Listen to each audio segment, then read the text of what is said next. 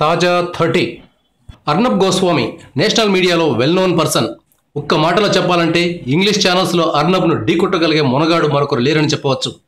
అంత పాపులారిటీ సాధించాడు. ప్రముఖ ఛానల్లో ఆయన నిర్వహించిన 9 గంటల ప్రోగ్రాంను మన దేశంలోనే కాకుండా పొరుగు దేశాల్లో కూడా చూసేవారు. ఈ అర్నబ్ గోస్వామి ఇటీవల ఆ ఛానల్ నుంచి బయటకు వచ్చారు.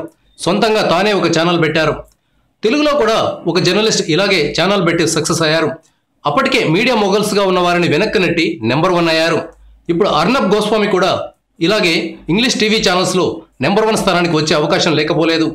అర్నబ్ ఛానల్ పేరు రిపబ్లిక్ టీవీ.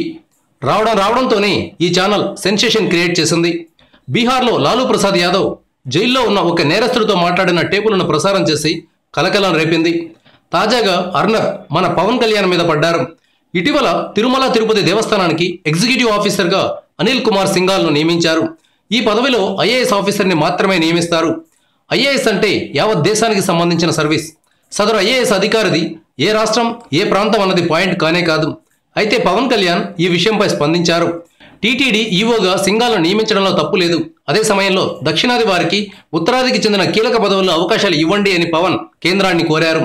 అయితే పవన్ చాలా కాలంగా ఉత్తర దక్షిణ భారతదేశాల మధ్య ఉన్న వివాదాస్పద అంశాలను పాయింట్అవుట్ చేస్తూ వస్తున్నారు. ఈ కారణంగా పవన్ టీటీడీ ఈవోగా సింఘాల్ నియామకాన్ని తప్పుపట్టారని ప్రచారం జరిగిపోయింది. దీనిపై అర్నబ్ గోస్వామి పవన్ను తీవ్రంగా విమర్శించారు. ఐఏఎస్ అంటే ఆల్ ఇండియా సర్వీస్ అనే సంగతి పవన్కు తెలియదా అని ప్రశ్నించారు.